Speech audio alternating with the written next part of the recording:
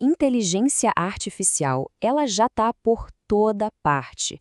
E o mais curioso é que, na maioria das vezes, a gente nem se dá conta disso.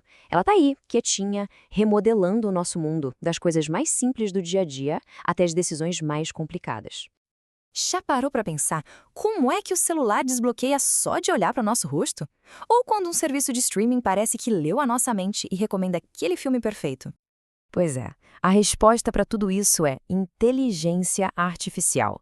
Por trás de toda essa mágica do nosso cotidiano está uma das tecnologias mais transformadoras do nosso tempo. Então, vamos mergulhar nisso para entender o que essa tal de inteligência artificial realmente significa. Então, vamos começar pelo começo, né? O que é, afinal de contas, inteligência artificial ou, como todo mundo chama, IA? De um jeito bem simples, a IA é sobre isso. Máquinas fazendo coisas que até pouco tempo só a nossa inteligência humana conseguia fazer. Coisas como aprender com experiências, raciocinar, resolver um problemão. O objetivo aqui não é criar uma consciência igual à nossa, sabe? Mas sim imitar a nossa capacidade de aprender e tomar decisões com base em um monte de dados.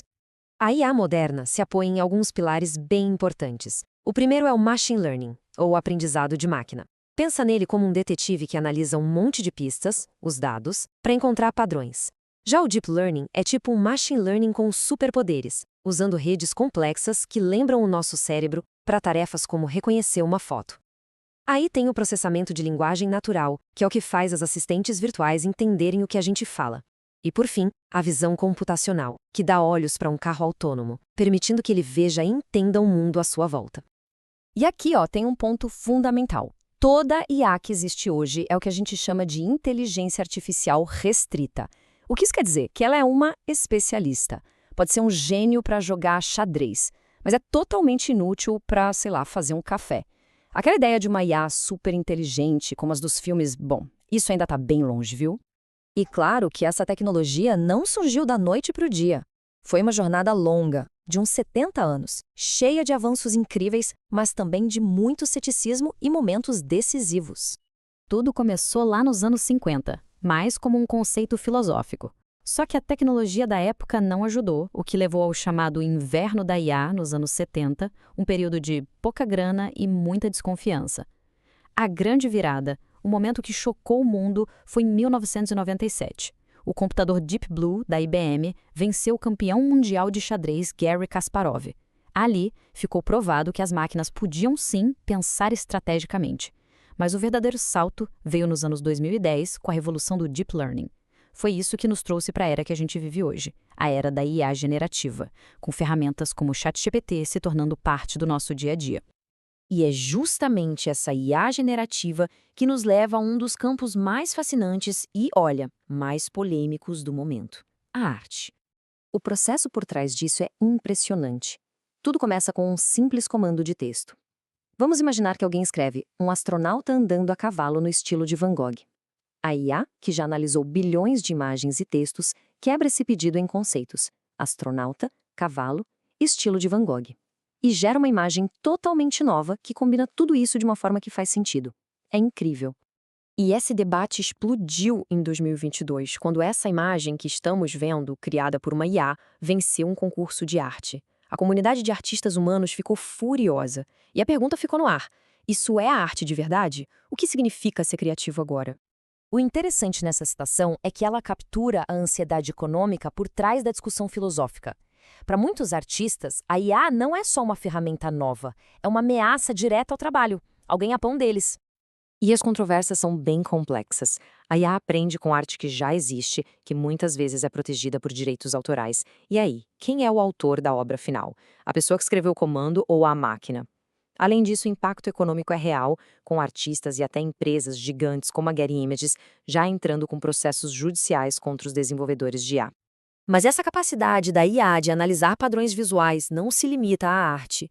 Agora vamos mudar completamente o foco e ver como essa mesma tecnologia de reconhecimento de imagens é usada num campo com implicações bem diferentes: a segurança pública. 1.250. É um número impactante, né? Essa foi a quantidade de foragidos da justiça capturados na Bahia com a ajuda do reconhecimento facial por IA. E isso mostra bem a aplicação prática. Lá na Bahia, a IA escaneia multidões em eventos como o Carnaval, procurando rostos em bancos de dados da polícia. Em São Paulo, o projeto Muralha Paulista cria uma espécie de cerco digital para rastrear veículos roubados. E, em nível federal, a plataforma Cortex analisa uma quantidade gigantesca de dados para acelerar as investigações contra o crime organizado.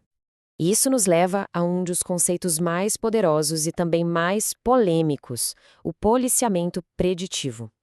Basicamente, a IA analisa dados de crimes que já aconteceram, o que, onde, quando, para tentar prever onde novos crimes têm mais chance de ocorrer.